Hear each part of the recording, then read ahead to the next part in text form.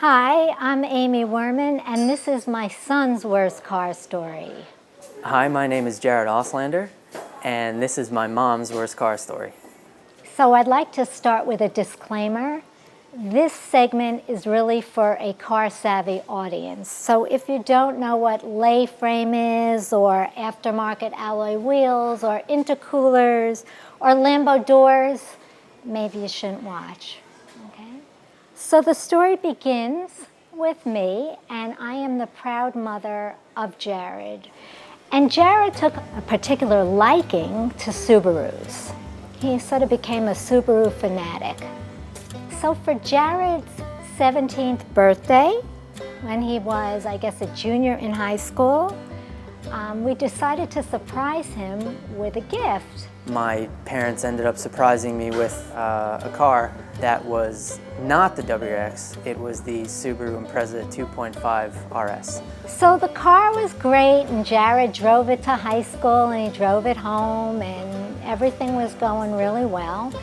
And I seemed to notice that Jared was spending like more and more time in his room on websites. So I didn't pay much mind to it because I thought, he's doing what a 17-year-old does or an 18-year-old does in the privacy of their own room. Better not interfere.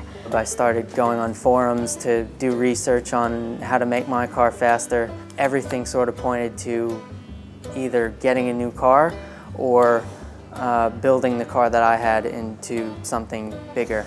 He wanted to do a swap. So I had no idea what a swap was. I thought, maybe he wanted to exchange one car for another, or, this was something on Craigslist. You just go on and you swap. I didn't know what it was. But I soon learned that he really wanted to swap the whole engine of his car. The car had 40,000 miles on it, so there was literally no reason whatsoever to take my motor out or do any work to it. It probably would have made more financial sense and just better for mine and my mother's mental health to just get a new car. But I had spent so much time with my car buddies that I just thought, you know what, I'm gonna do this. Now, Jared has a lot of skills, a lot of strengths, but he really never picked up a wrench per se or a hammer. But he decided, you know what, I spoke with these guys, they're gonna give me their knowledge, I'll be able to do this myself with them. They advised me on what parts to get, and I started traveling around. The next thing I know, I have all these parts. And at this point, I need to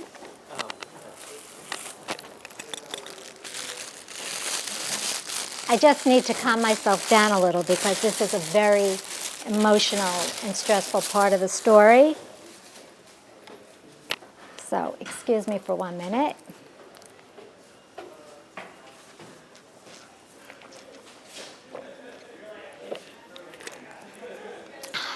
Okay, my buddy. So Jared decides he's going to do this swap. And in order to do the swap, he says, you know what, Mom, I need to pull this into your side of the garage, and then we're gonna work on the car. It should be a day, that's it.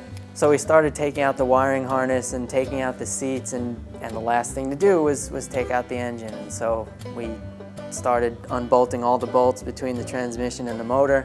We could not get the engine out for whatever reason. I left the house that morning. His car was in my side of the garage. There were about 6 people hovered over the car, yanking and pulling pieces and all. It looked like surgery being performed in an operating room. And they all seemed like they knew what they were doing. And when I got home that evening, I thought, oh, this is all going to be done. I pressed the button to get into my garage.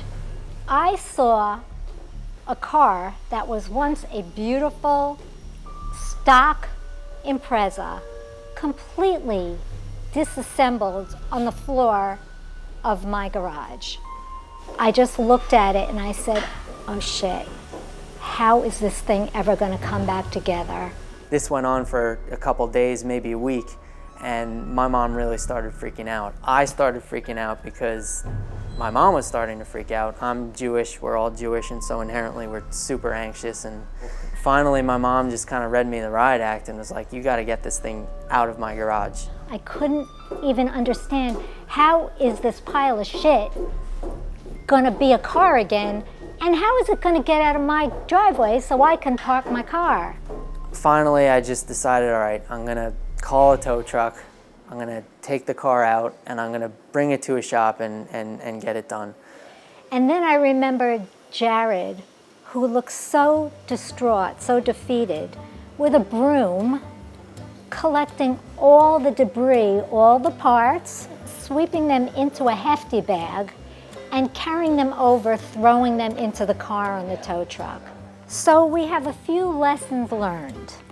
And this is taken from a great writer on a car modification website. Car modification is a compromise between performance and drivability. So just remember that when you're doing all this, you have to be able to do it and you have to be able to drive it at the end, okay? Is it okay so far? Yeah, it looks great.